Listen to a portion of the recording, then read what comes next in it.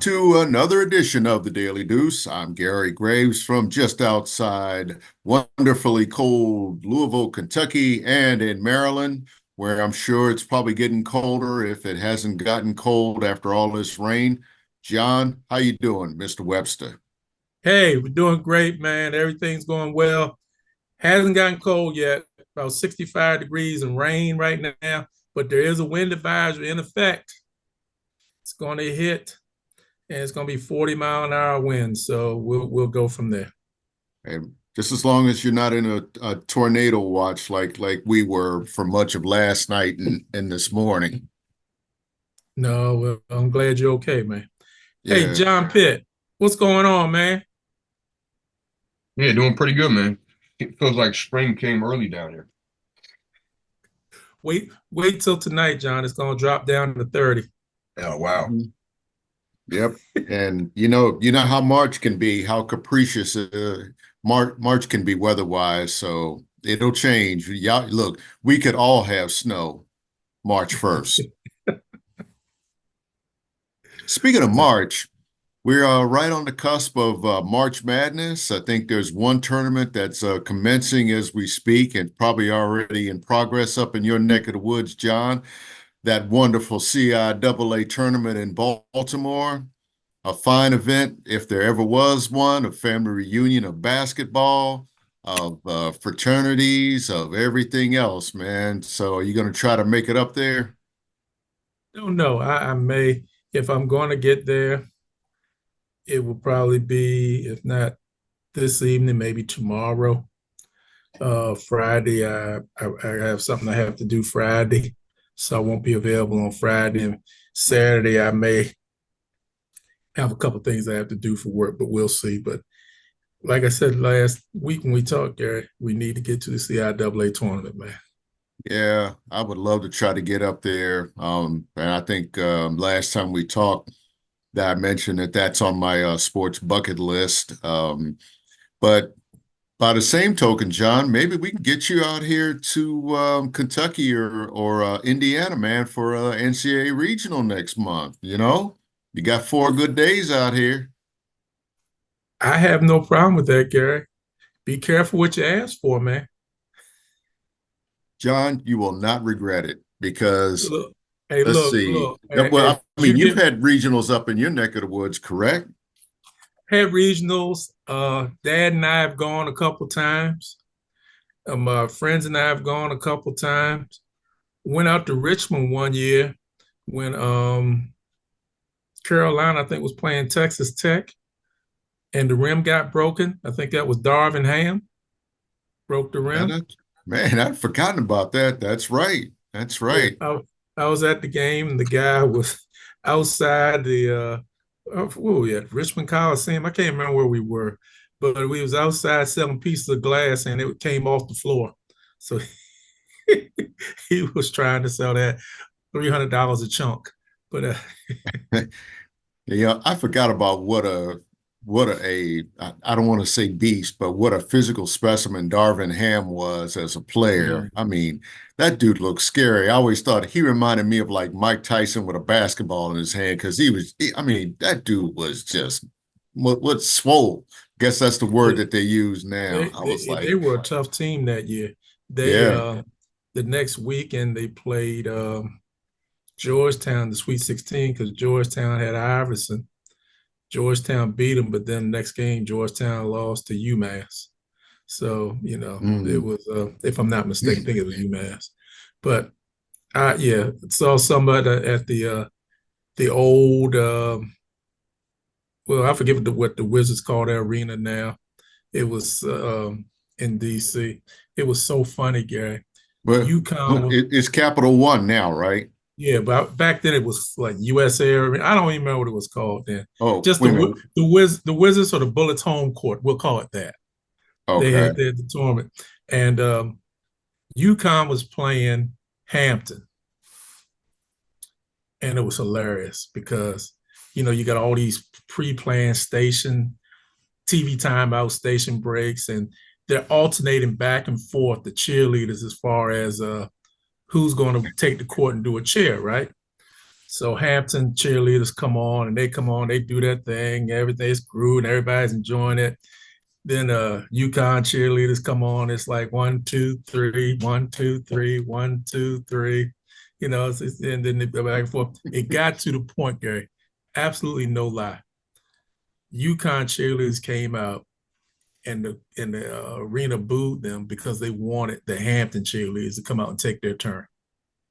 It's funny you mentioned that because I remember one year that happened with the Hampton cheerleaders when they were in Louisville, and I want to say it probably was 2012.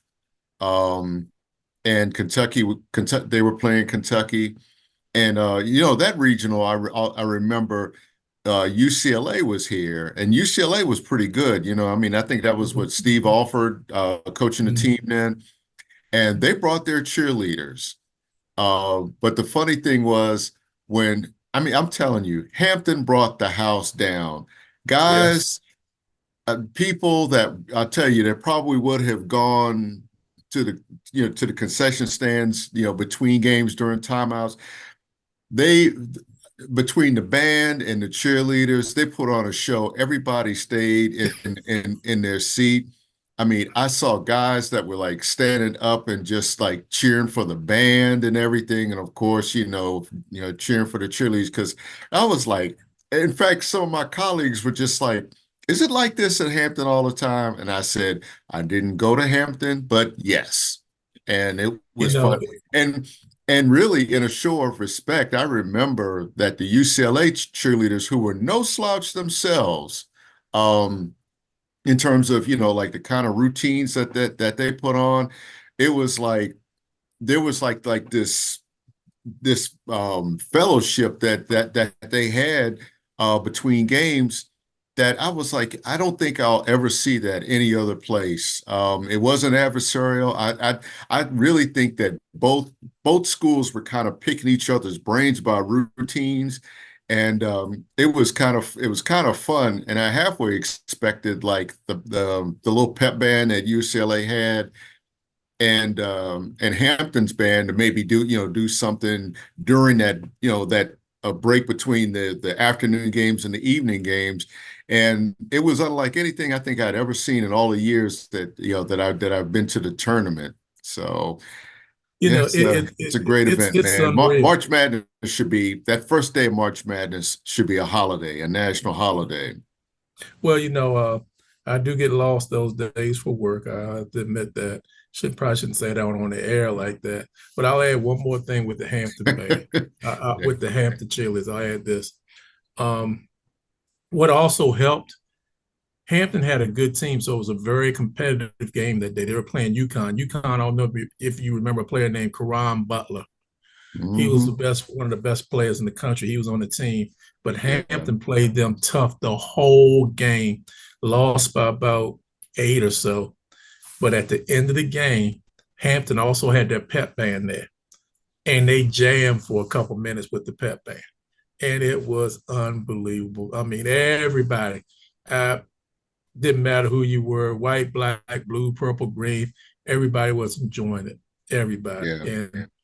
And that's part of March Madness, man. I go back to the Georgetown playing in Richmond. Georgetown won the game. Coach Thompson's really happy because they're going to the Sweet 16. He takes the drumsticks out of the guy's hands and he beats on the snare drum for a couple beats. I mean, Yeah. One thing about March Madness, and we'll get into the teams that we figure will be there in a minute. But one thing about March Madness, for all of the urgency, the one and done, what is that, win or go home nature of that tournament, that I'll say first time teams try to really enjoy the experience. Like Hampton is no stranger to the NCAA, but correct. more often than not, they're a 16 seed. The odds have worked against them, of course. I think they've won as a 15 seed. I can't remember. I think there's only You're been what. right. They beat Iowa State. That's right. Yeah, yeah. Because I think there was one year where they were a 16 seed, and everybody thought I for one thought that they might be the first team to pull off the 16 over one upset, but UMBC beat them to it.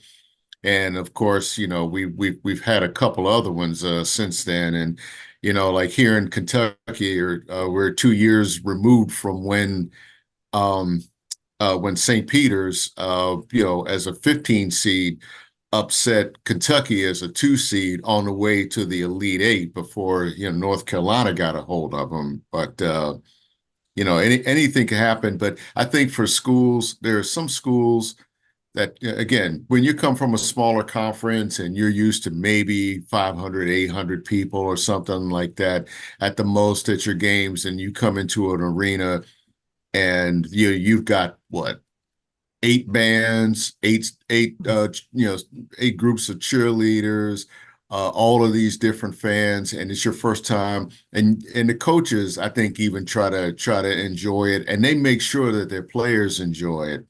Having said that, I just remember with St. Peter's, and if you remember that little magical run that they had, that they were like, "Yeah, we're enjoying it," and that was a little commuter school in New Jersey. And Shaheen Holloway, who's now coaching Seton Hall, he basically said, "Take it in for 5 minutes and let's go out here and win this game." And they went out there and they said, "We're not scared of Kentucky. I got dudes from Jersey." And they went out there and handled their business. You're right. You're absolutely correct. Yeah. All right. Now, let's talk about the stuff on the court. When we last left each other, John, I had all but predicted that UConn was probably going to be the team to beat in the tournament. And hours later, they go to Creighton, and Creighton just basically ate their lunch.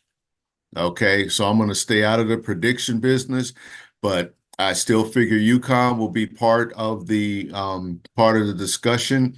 And we're looking at a new number one with Houston, Kelvin Sampson's team. Uh, I mean, it's a team that plays defense. It's their first time at number one, but that's a team that really relies on defense. And I think that's significant in a time when offense is just huge. And I didn't cover this game. I was covering gymnastics last Saturday, John. But if you had a chance to watch Kentucky and Alabama, and I swear that was an NBA game. I mean, and one, hardly any defense, or very little defense. But consider this: Alabama shoots 57%, which against anybody else translates into at least a double-digit win when you shoot that well. They lost. They were down by 30 points against a Kentucky team that shot 64% and higher. I forgot there was one point where I think they had shot like 70%. And I'm just like glancing at this game and thinking, if you're Nate Oates and Alabama, which is still atop the SEC, and thinking, how in the world is this happening? How are we losing a game where we shoot 57%? Well, of course, if your opponent is shooting 63% with something to prove, yeah, that happens. At the same time, Kentucky shoots 63%, and as impressive as that is, they allowed a team to shoot 57%. My point being, that's not going to work in March. For all the offense that both of those teams have, at some point you got to play defense. And this is where I say teams like UConn and Houston, always you have to keep an eye on them. Even Kansas to an extent, even though, as we say this, they had lost last night to BYU, but you figure Kansas will be in that mix, John. And I guess really, since you and I are of a certain age where we remember Phi Slamma Jamma, and some of us of another age who can remember when Elvin Hayes played at Houston, that is this the kind of team that you feel like can finally get Houston that championship that eluded them all of those years with all that talent, with with Clyde Drexler and Akeem the Dream and and again, Elvin Hayes and such. Can this be the kind of team that can go deep in March? I think they can go deep in March. Kelvin Sampson has a very good team every year. Their defense is spot on every year. They can go far. I don't know if they can win a championship. My reason is, as much as I believe in defense, as much as I believe in putting that pressure on you, you still have to be able to have some consistency on the offensive end. And what's the kid's name on Houston? Shed? Is that his name? Shed? Yeah, I think, yeah. All right. Okay. He's consistent. He is a shooter and a scorer, both. Who else does Houston have that can create on their own? And don't get me wrong, I'm not saying this to criticize Houston in a negative way. They have a very good team. No. I think they can go very far, but if you lock down Shed, who else do they have that can go and get a bucket for you when you really need to get a bucket? That's the big question. And I think what they're in the Big 12 now. Yep. So that's going to be a question for them, of course, when they get into the conference tournament and you go up against Kansas State and Kansas and don't forget this year Iowa State. Iowa State is oh really, yeah, really good. yeah, that's right. How can we forget Iowa State? 2 weeks ago they played Iowa State. And here's the thing that you got to keep in mind with Houston. When you play them, you got to make sure that you understand that your possessions are very important. A 4-point lead against Houston could make you feel like you're down 8 or 10 because your possessions become limited because of how they play. So the game against Iowa State, from what I saw that night, they lost, but they can turn the pressure up as well, and they can give Houston some problems. Kansas is going through a slump right now. The kid McCullers is out hurt. They lost last night to Brigham Young at home, which is unusual for Kansas. But Bill Self will have them ready come next month, which is really 2 days from now. Yeah. So we'll see. You also mentioned the SEC with Alabama. And Alabama and Kentucky, your team Kentucky, they're great scoring teams. 1-2 right now, or 1-3 as we speak in offense. There is a team in the SEC who you hear about, but the people are not paying a lot of attention to them because they're not flashy. They're not putting up 100 points a game like Alabama, like Auburn, and I know where you're going. Was it Alabama, Auburn, and Kentucky? That would be Tennessee. Tennessee. Oh, I thought you were going to say South Carolina, man, the surprise team. Yeah, South Carolina, but South Carolina's new kid on the block. I think they can cause some problems. I agree with you. But Tennessee with Rick Barnes, woo. Yeah. Tennessee has always been one of those teams that I'll say of all the teams that I've seen in the SEC since I've been here, that year after year, I just appreciate Tennessee and what Rick Barnes has done there. Not just in terms of the teams that he puts on the floor, but the way he can keep his roster together. And the one guy who I thought had graduated, I think he's probably 30 years old, is Santiago Vescovi, the guard. Yeah. And when he was in that game this year, and I was like, I thought that guy was gone. And of course, they beat Kentucky, and at Rupp Arena. And of course, that has sent people into kind of a hand-wringing mode here. Now, of course, Kentucky has done that, has won the last 2, and last night won really a great game on the road at Mississippi State. I don't know if you saw that one and how Reed Shepherd just basically took over that game on both ends of the floor, a guard. Yeah. But Yeah. But yeah, to your point about Tennessee, they've been good enough to win the SEC. I think they're good enough to get to the Sweet 16, but it seems like there's a wall there.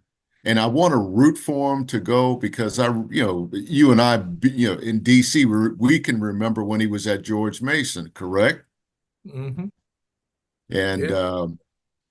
we're old enough to remember when Jim Larinaga, I was going to say Larinaga, but I have to remember to kind of put that accent on his name. Remember when he took Mason to the Final Four? So there's history with that program. But I remember when Barnes was on his way up at Mason, and he had that team in the right direction. I would love to see this guy really get rewarded with a Final Four appearance. And I think he's got the kind of team that can do it.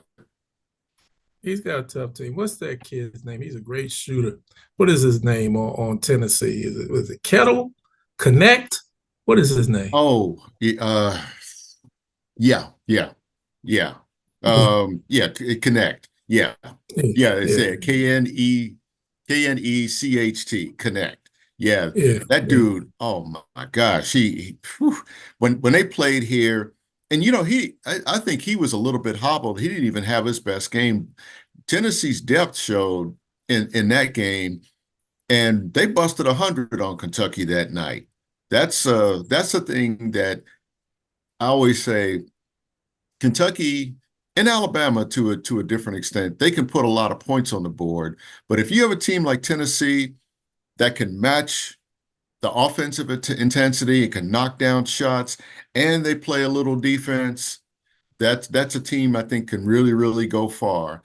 One thing that we've left out talking about the NCAA tournament, and I think this is why some teams are always there and some teams can't quite get there, and it's about matchups. And a team last year like UConn, when you got a one-off matchup against a squad and anything can happen, and they found a way to get it done. And I think they were a surprise to a lot of people last year. I don't think obviously they're not a surprise this year. But then Not at all. teams, yeah, excuse me, teams, opponents start gearing up to try to beat them. And this is why, as much as I love watching UConn, that I worry about, that their ability to repeat. Because when was the last repeat champion we've had? Do we need to go back to Duke? Probably, yeah. I mean, it's. I was gonna say Villanova, but they won like what 16 and 18. But yeah, yeah. I mean, They won 2 out of 3 it's been a years. while. Yeah, probably what the 90s. I think it was in 92 and 93. They had a guy named So Christian Laettner. yeah, yeah. And you know, it's hard. It's hard to repeat in any sport nowadays, unless you're the Kansas City Chiefs, of course. But in college basketball, because of the transfer portal, because of NIL, obviously because of one and done, which we know a lot about here in Kentucky, that the transitory nature of college basketball, I think, really makes continuity difficult. And if you're a team like Houston, a team like UConn, you have a chance to go deep every year, but at the same time, a team can there's a San Diego State, which keeps its roster together and is very, very experienced year after year after year, can rise up and beat you. That didn't happen last year, of course, but um, that's the thing about the NCAA tournament, that you just never know. And everybody wants to be Hickory High School in a sense when they get to the tournament, and they get to that big stage. And that's the thing I think I really enjoy about the tournament. It's also scary in terms of trying to pick a favorite right now. Mhm. It's going to be interesting. Um, UConn, one game. they lose to Creighton, then Creighton turns around and loses to St. John's. It's hard. It's still early. Mhm. That's why they call it March Madness, Gary. It's Mhm. gonna be mad. It's gonna be Yeah. crazy. I think around March 17th, 18th, we're looking at the first round of the tournament. I can't wait. I'm excited. And I've already told Kim I'll be home those 2 days from work and I'll try to stay out of her way. Okay. Now, before we move on to the NBA, there's talk out there that the NCAA wants to maybe expand the tournament a little bit more from 68 teams. Good idea or not? Gary, this is what I'll say. I don't care what sport you play. You can play basketball, you can play football, you can play tiddlywinks. As long as you have a certain number of teams going in, you always have somebody on the outside who says they should have been in. You Yeah. know, football, you're talking like right now, there's 4 teams that got in last year, and the talk was Florida State should have got in. If you move it to 8 or 12, you'll still have somebody that's going to be upset. The only way you don't have anybody upset, you open the tournament up to everybody, 234 teams. That's the only way you end up. I'm not saying, hear me out, Gary. I'm Oh, not no, no, saying no, do no, that. no. I I'm know what you're saying saying. do No, that. no, I'm not disagreeing with you. I'm not. But I'm not saying do it. But Yeah. the only way you can end up with harmony is let everybody in. And I'm not sure I'm ready for that, Gary. Yeah. I'm not sure I'm ready for that. Well, neither am I, and I don't know. I mean, I don't want anything that devalues the regular season in college basketball. I really don't. Um, I do think that in college football, that a 12-team playoff, its time has come. It probably should have come maybe 20 years ago, as you start to see, more teams really, really capable year after year of competing for a national championship. But when they expanded to 64, I thought that was a really good number. I thought, you're talking about a quarter of the teams that play Division I basketball. Now they added the play-in games, and I think I'm not a real big fan of them, but of course, it is what it is in terms of getting teams in there, teams that would otherwise be left out. But John, I really don't know if you are serving your product well when if you want to add anywhere from 4 to I think 12 teams that I heard on one account, because I do feel like, you know why play the regular season? Why have conference tournaments if you're going to let everybody in, to begin with? And really, my feeling is that life ain't fair. Somebody's got to get left out, and the NCAA should probably just leave it alone because, again, 68 teams, get a chance. And when you're talking about, again, 25% of the teams that play D1 basketball, I think that that's relatively fair, even if it means teams, some conferences will get maybe 7 or 8 teams in there. They're at some point, those teams, if they're whatever their RPI or whatever metric they use to determine, their worth, their ranking or whatever, if you can get those teams in and make it competitive and balance the field, I think that's a good thing. I would like to see some of these so-called mid-major conferences be better represented on that, and maybe that's why this idea has come up. But again, when you've got the Power Five, or in this case, Power Four conferences, where that have the majority of the really good competitive teams, I don't know if you're adding to anything by bringing in 2 MAC teams or something. Yeah, to the mix, or even, well, I don't even know how many teams you figure can get in from the Big East this year, but I figure it's probably 2, maybe 3 at the most. I agree with you, 2, maybe 3. But that's again, it's what makes March Madness madness. Yeah. All right, so we're a month Well, we're 6 weeks away from the end of the NBA season. We just concluded the NBA All-Star game last week. I don't even know if we can really discuss that at this point about improving that because I don't have an answer. I mean, that one's way above my pay grade. So let's just look at the conferences like we always do and see who really has a chance to beat a power. In the East, our team, we share a love for the Boston Celtics. They look strong, but again, I also think as strong as they look, I'm not quite convinced because the regular season is one thing and the postseason is another thing. And I'm not sure if I can trust them really, really going deep right now. The same way I felt about Denver a year ago. Prove me wrong. Well, in regards to Boston, I love the Celtics. I think this year's version is a little bit different than previous years. The X factor is Porzingis. You have somebody that's 7'3" who's also a rim protector. One of the things that Boston didn't do, I think, well in the past, they seem to be doing better at it this year.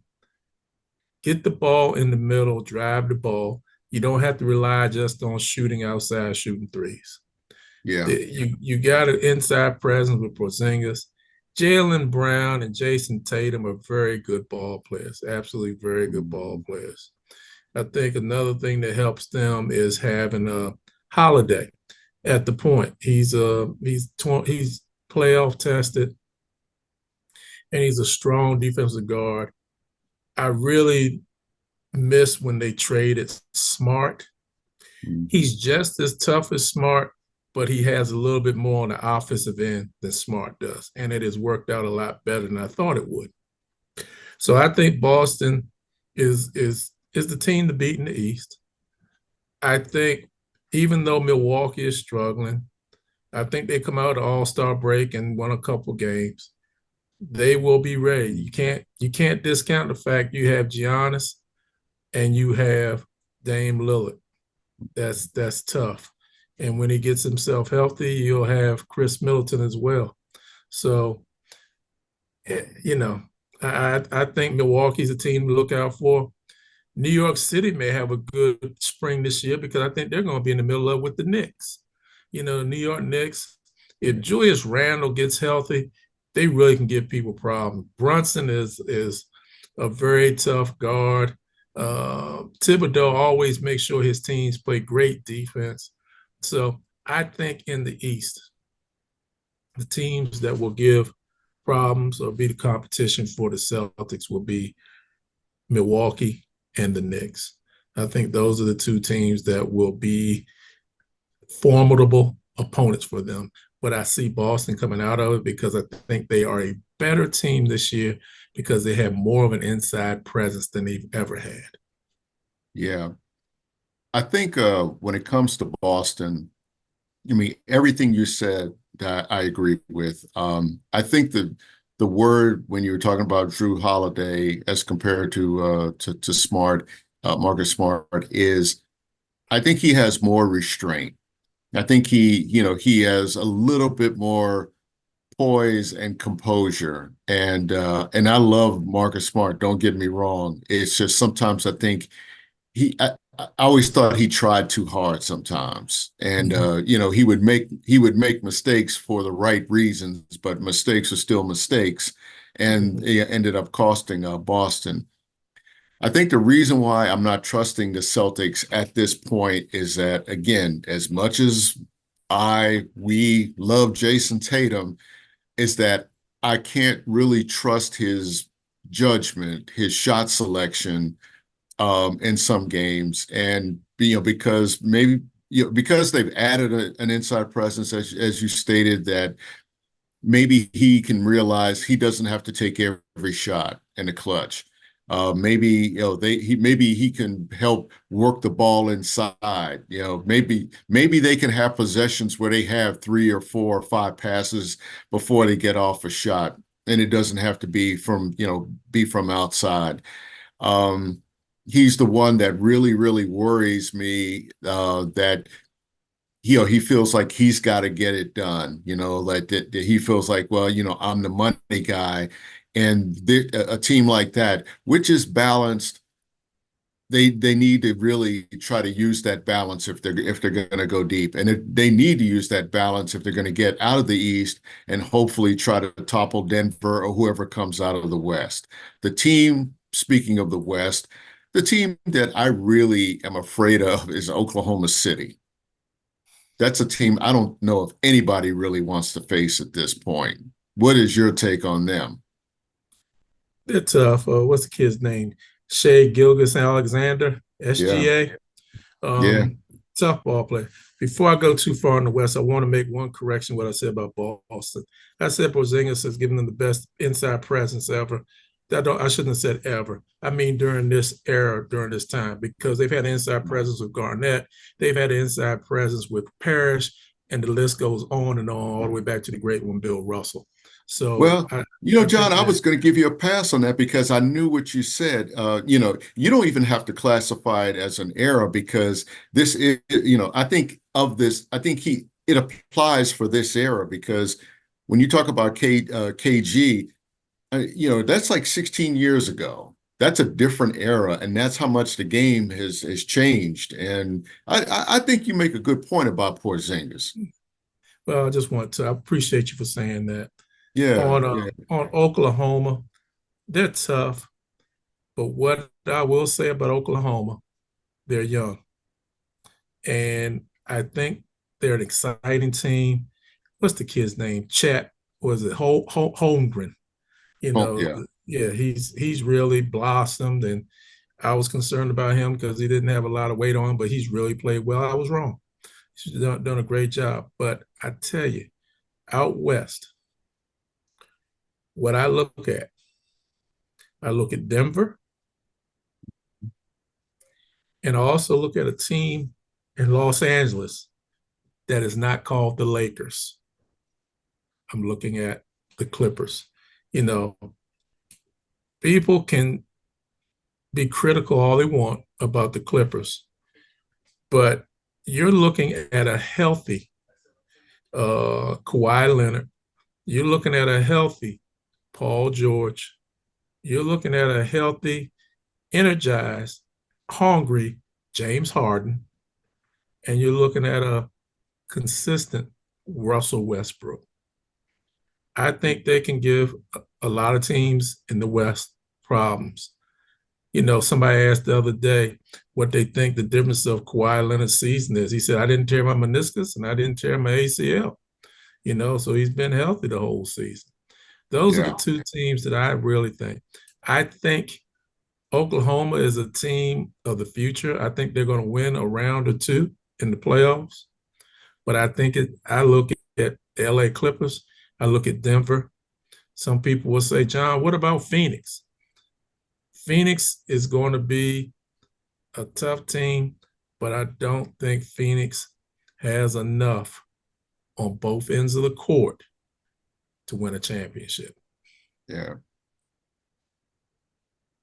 John, you make excellent points, but there's a team we have not mentioned. We talk about Denver, we talk about Oklahoma City, and the team that we're not talking about is Minnesota, which, as we speak, is tied for the Western Conference lead with Oklahoma City at 41 and 17.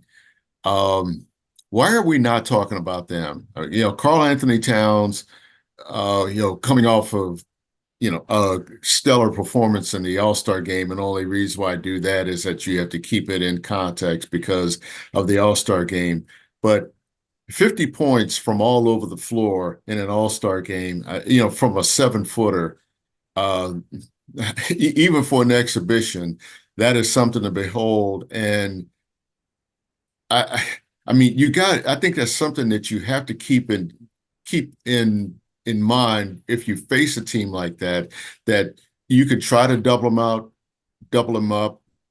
He can find somebody else he can find a teammate. You could try to push him out to the perimeter and he'll knock down a three. I'm not going to call them a dangerous team as opposed to Oklahoma City, but they're a team that I think, I think they're for real. I'll just leave it at that. And then not just because of the record, it's just because they've gotten into a point in the season where they haven't really shown too many weaknesses right now. They've been consistent. Before it was a question about them winning consistently. They're doing that this year. And they're winning a lot of the games that they're supposed to win against the best teams in the conference. They are a very good team. Anthony Edwards, the big cat Carl Anthony Towns, and as well as Rudy Gobert, to name a few. But they remind me of the old Eastern Conference. Detroit had to find a way to get past Boston. Chicago had to find a way to get past Detroit. I don't think Minnesota is there and ready to get past Denver or the Clippers. I think they're a year or two away. I think they're very competitive. I think they're formidable, but I don't think they're going to be a team to go to the Eastern Conference Final, the Western Conference Finals, much less the NBA Finals. Don't see it. Not yet. They're not ready. Yeah, I feel like they're a year away. I still think the road goes through the Denver Nuggets. They're only 2 games back at this point, but Oklahoma City, I really wonder if I think their attitude is why not us? Why not now? That I think you thought that window closed when they got rid of when KD left for the West Coast, went to Golden State. They've just found a way to rebuild, regenerate, redefine themselves. And on the one hand, it's not surprising because of how steadily they have gotten there. On the other hand, it's a surprise because we've talked about Denver and we see how Denver has won, and of course you mentioned the LA Clippers that looking like a consistent team and looking like they're for real. But Oklahoma City, it wouldn't surprise me if they came out of the West just because. I think they're ready. They look like a team that's ready to prove themselves now and maybe serve notice to Denver that, we're the newcomers. We're not scared of you. Well, I still think, like I said, Oklahoma's a year away. Minnesota's a year away. I'll stick with my Nugget. Well, not my Nuggets, but I'll stick with the Nuggets and the Clippers in that West. All right. All right. Well, I'll let you have the last word on that. We have to wrap this up, folks. Hey, there's a whole lot we can talk about with sports. We didn't get a chance to talk about women's college basketball, but we'll get to that because I had a chance to cover South Carolina on Sunday, and wow. I mean, they had 6 players in double figures, to beat Kentucky by 48 without their best player Camila Cardosa, and they're looking like a team to beat. They have the depth right now, but we can't count out anybody. We can't count out Iowa or LSU, Ohio State, for that matter. Hopefully we can talk about them next week, John. Well, the women's game is exciting, man. Don't forget about I think you got Indiana's pretty tough over there in that Big Ten as well. Yeah, And we go out west, they got a kid named Drew Watkins playing at USC. Absolutely amazing ball player. I watched her play this past weekend. I absolutely enjoyed it. I look forward to talking about women's basketball. I look forward to talking about the men's basketball as well and other sports. And with that being said, make sure y'all go out and check some sports this week. Here in Maryland, we're right on top of the Maryland State High School basketball playoffs for the boys and girls.